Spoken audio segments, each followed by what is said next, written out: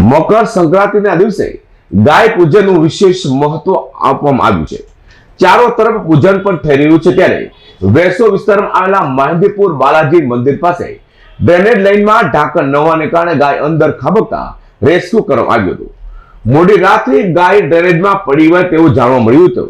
Fire વિભાગની team દ્વારા 2 કલાકની ભારે જહેમત બાદ જેસીબી મશીનની મદદથી ગાયને બહાર કાઢવામાં આવી છે। વેસુ ખાતેના મહેંદીપુર બાલાજી મંદિર નજીક એક ડ્રેનેજ લાઇનમાં ગાય પડી હોવાની જાણ થતાની સાથે સ્થાનિક લોકો દ્વારા ફાયર વિભાગને જાણ કરાઈ હતી। જેની ગાય હતી તેઓ મોડી રાતથી ગાય પરત ન આવતા તે વિસ્તારમાં શોધવા માટે પરિવારના લોકો નીકળ્યા હતા।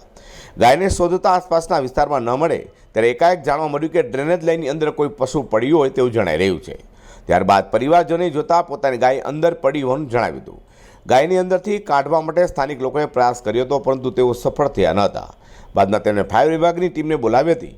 સ્થાનિક રાહુલ અગ્રવાલે જણાવ્યું હતું કે આજે મકર સંક્રાંતિના પાવન દિવસે સૌ કોઈ ગૌમાતાની સેવા કરવામાં મશગુલ છે ત્યારે અમારા વિસ્તારમાં એક ગાય આ ડ્રેનેજ લાઇનમાં ખાબકી જાણવા મળતા જ અમે તાત્કાલિક અસરથી ફાયર વિભાગની ટીમને બોલાવી હતી।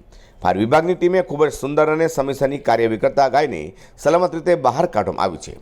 જેસીબી મશીનની મદદથી ડ્રેનેજની ટાંકીની આસપાસની જગ્યા જેસીબી મશીનથી ખોદવામાં આવી હતી। ત્યારબાદ ગૌમાતાને સુરક્ષિત રીતે બહાર કાઢી લેવામાં આવી હતી। ગાયને આપણે માતા સમાન માનીએ છીએ। આજના દિવસે સ્થાનિક લોકોનો સહકાર અને ફાયર વિભાગની ટીમે કરેલી યોગ્ય સમયની કામગીરીને કારણે ગાયને અમે હેમખેમ બહાર કાઢી લેવામાં આવી છે। અઝર કુર્સી સાથે પ્રકાશવાળા।